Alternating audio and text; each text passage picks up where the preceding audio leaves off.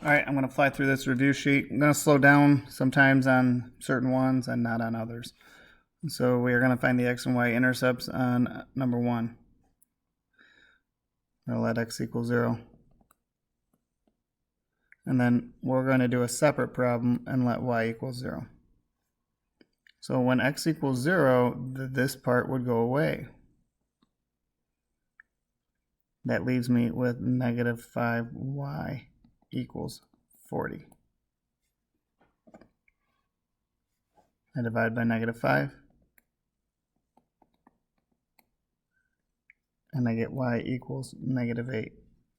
Correctly written, this is an ordered pair, 0, negative 8. And that's important. I'm going to come back to this in a second.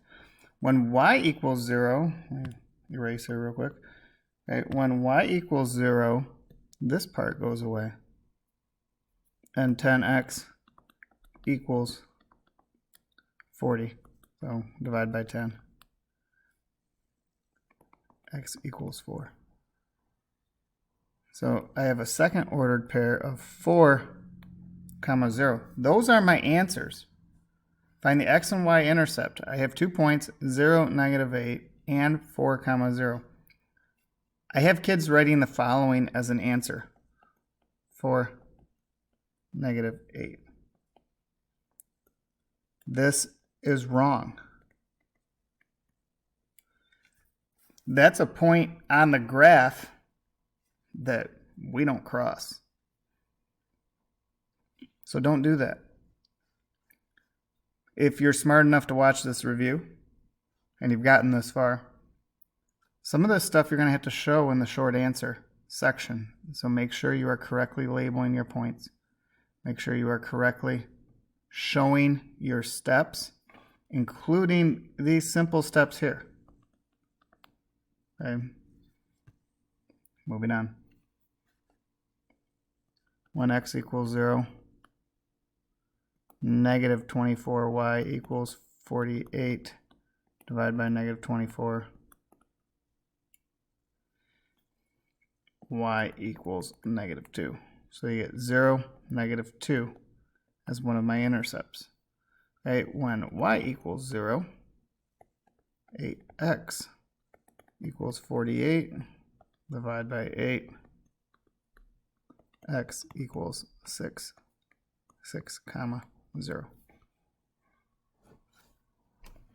If you need to slow this down and review what I've done, go ahead, but I'm just going to try to continue to push on to get through this. And usually my goal is to try to be 10 or 15 minutes and no longer. When x equals 0, negative 4y equals negative 32. When I divide by 2 negatives, it's going to cancel because I have 2 negatives here. So I have 0, 8. And then when y equals 0, negative 5x equals negative 32. Divide by negative 5. I'm going to get a decimal on this one. So ways we could solve this problem: use a calculator. Okay, or ask yourselves, how many times does 5 go into 32? Well, it goes in there 6 times because 5 times 6 is 30. And how many is left over? Well, 2 is left over because 30 plus 2 is 32. Out of a possible how many? 5, because that's my denominator. That is how you would write your answer there in fraction form. Of course, you could also do 6.4. So I got 6 2/5. Oopsie. Just a second here. Undo. 6 2/5, 0. How do I match these up? It says hint, use the x and y intercepts. All right, so I could continue on with exactly what I did up here. So I'm going to show you 2 ways to do this because I think it's important to know how to do these more than one way. So when x equals 0, and I'm only going to do 2 of these just because it'll save us some time, and y equals 0. when x equals 0, for y equals negative 16. So I divide by 4, y equals negative 4. I have 0, negative 4 as a point. So I could look here. Already, only one of these matches. 0, negative 4 is right here. Be smart, stop there. But since it's a quiz or a test, I would continue on. So now I have negative 4x equals negative 16. Divided by negative 4, the negatives cancel. Y equals 4. So I should also have a point of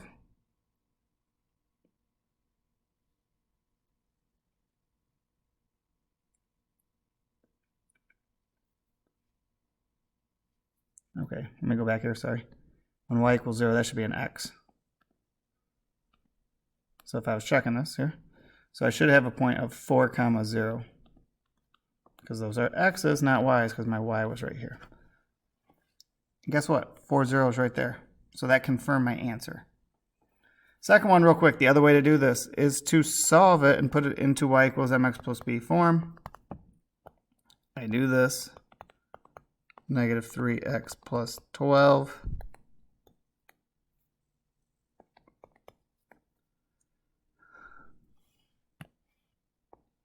So I divide everything by 3. And I get y equals negative 1x plus 4. So I'm down to 2 answers. I've already taken care of this one. Which one of these has a y-intercept of a positive 4? I got it here, and I have it here. Which one has the slope of negative 1? Because that's my m. This is a negative slope right here. So this one goes to here. And again, on a test or a quiz, I would do part C just to check your work. There's more than one way. It says hint, use that, but it didn't say we were required to use that. I still showed my work. I had a process that works. Moving on. Quickly on these vertical and horizontal lines, I'm going to do 5 and 6 together. In order to be a vertical line, it has to go up and down. That's something like x equals 2, x equals 3, so on. So I'd only have an x. Just like down here, a horizontal line, I only have a y. But you gotta be careful. This is what equations. So a horizontal line down here, of course, goes across your screen. So what are the ones that only have an x? Well, right here, if I were to divide by 2, I would get x equals negative 4. So when I'm justifying my answer, there's not much of a justification other than when we have x equals a number, that means that x always equals negative 5. That's a quick explanation. This one over here has an x and a y. This one just has a y. This one here is going to either go that way, or maybe the line goes that way. It's going to go on an angle. So it's not going to be vertical or horizontal. Down here, this one's also a y. Only. Write an equation. So this goes back to just what we did on 5 and 6. The equation here is y equals 4. Why? When does y equal 4? Any time. Any point I pick. Here, wherever. Y always equals 4. Over on number 8, x equals negative 3 for the same reasons. I always have an x coordinate of a negative 3. And 9 and 10, a little bit longer problem here. Write the equation in point slope form and then switch it over. So these are x1, y1. They give you the equation. So this is just equation work. This is no algebra. This is whether or not you can use a formula. So it says y minus my y1 is 8. equals my slope, negative 3. X minus the negative 6 becomes a positive 6. Now they say write it in slope-intercept form. Fine, I can do that real quick. Again, showing my work, because on your quiz you have to do that. Negative 3x minus 18. This part drops down, and then I add 8 here. Y equals negative 3x minus 10. Over here, same thing, and we're going to do y, these are x1, y1, y minus 7 equals 0.5. Okay, fine, 0.5. So now we have a decimal, doesn't matter. X minus 8, because what's half of 8? Well, half of 8 is 0.5x minus 4. That drops down. I did my distributive property there, that's why. Add 7, y equals 0.5x plus 3. Now, if I was graphing this, 0.5x, what fraction does that equal? That equals 1/2. So I would rise up 1, and I would go over 2 for my slope. Same thing. We just did this. I really want this to stay big. Distributive property, 3x plus 15.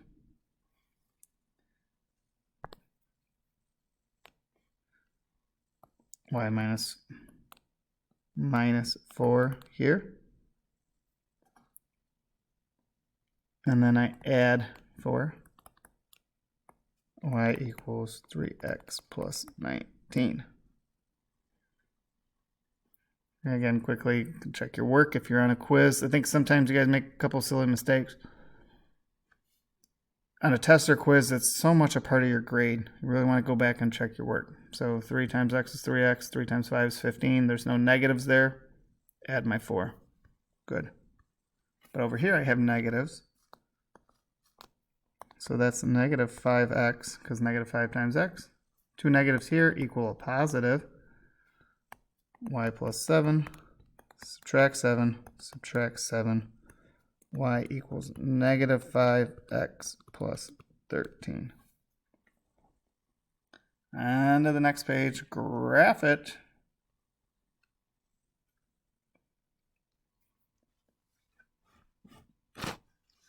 What is my point here?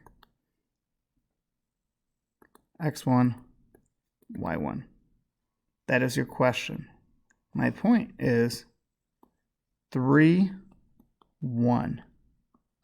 It's always the opposite. So if this says minus 1, it becomes a positive 1 over here. And the negative 3 or minus 3 is always graphed as a positive 3. So I go to the point 3, 1. 1, 2, 3, up 1. I put a big dot there. Okay, and then my graph, or my line tells me my slope is 2. So that's up 2 over 1. 2, 1, 2, 1, 2, 1. Sketch your line through it.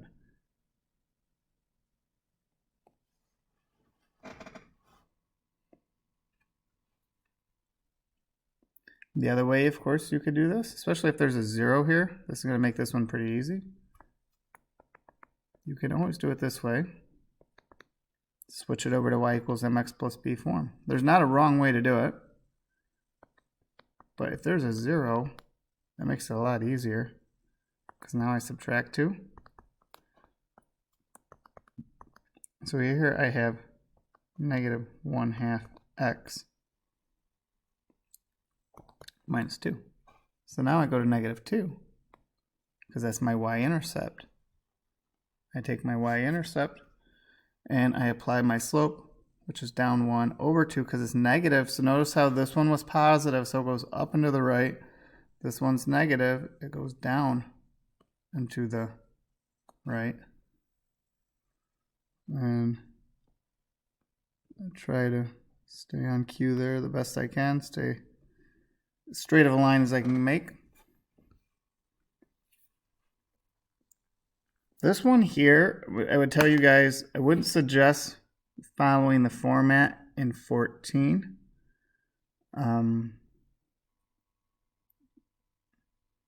Because this 2/3, if I were to take 2/3 of 2, I get a fraction, and that's a little harder to deal with when your y-intercept is going to be 1 1/3 or whatever it would be. So on this one here, I would go back to my x1, y1. My x1 is the opposite of 2, so it's -2. And this one here is a +3. So I go to -2, 3, and then I apply my slope, up 2 over 3, up 2 over 3. You can even draw your lines if you want, that doesn't bother me. And then I can also go backwards because 2 negatives equal a positive, so I can go down 2 because that's negative, down 2, and back 3, down 2, and back 3. And now I have dots that go all the way through. I don't know what happened there. Try again. There we go. 16. These are the concert ticket ones here. $75 for general admission and $50. It says let Y represent general admission. That becomes important on these if they tell you how to label them. And X is student ID. So our standard form is AX plus BY equals C. So it says write a linear equation. Well, this is one of our linear equations. So I would just do $50 per student ID ticket plus $75 per general admission ticket, and that equals $94.50. Stop and go to the next question. It says if there were 26 general admission, remember general admission is Y, how many student tickets were sold? So I have 50x plus 75 times 26, and that equals $94.50. Grabbing my calculator real quick. I have 75 times 26 equals $19.50.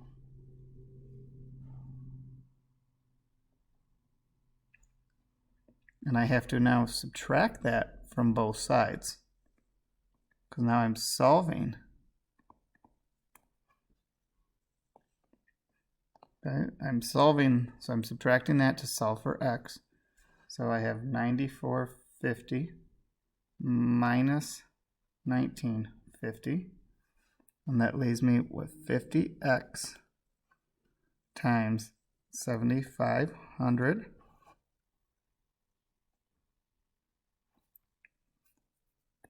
75, I said it, and then I dragged my ink pen. I divide both sides by 50. And that means there were 150 student tickets sold, because 7,500 divided by 50 is 150. So answer this question. How many student tickets are sold? 150 student tickets.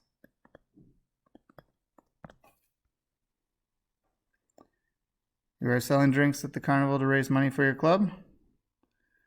$2 and $3 for yellow or lemonade and orange drinks. So it says lemonade is X and orange is Y. So it's 2X plus 3Y equals 240. 60 cups of lemonade, which was my X. So I have 2 times 60 plus 3Y equals 240. 120 plus 3Y. So I subtract that 120. I get 3Y equals 120 divided by 3. 120 divided by 3. How many cups of orange drink did you sell? 40 cups. Last one, probably the toughest one on here, a multi-step problem. So it says let y stand for the height of the elevator and let x be the height. So again, we would have our equation of y equals y minus y1 equals my slope times x minus x1. Always make sure you use the correct thing. I started to write y equals mx plus b, but it says point slope form. Here's the thing. I can pick any single one of these to be my x1 and my y1. I could pick that one. I could pick this one. It doesn't matter. I always just pick the first one. How do I figure out slope? Slope is change in y over change in x.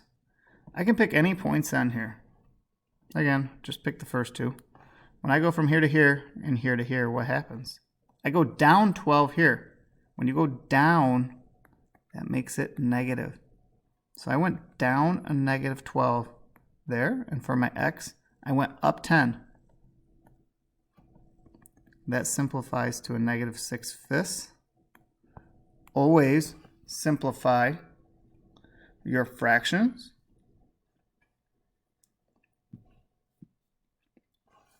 And then I have my points labeled over here, x1 and y1. So write an equation in point slope form for the elevator's height at any time.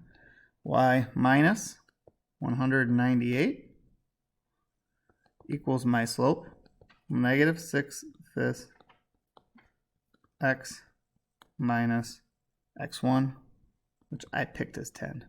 You can pick any point on here and you would get the same answer if we then switched it to y equals mx plus b form.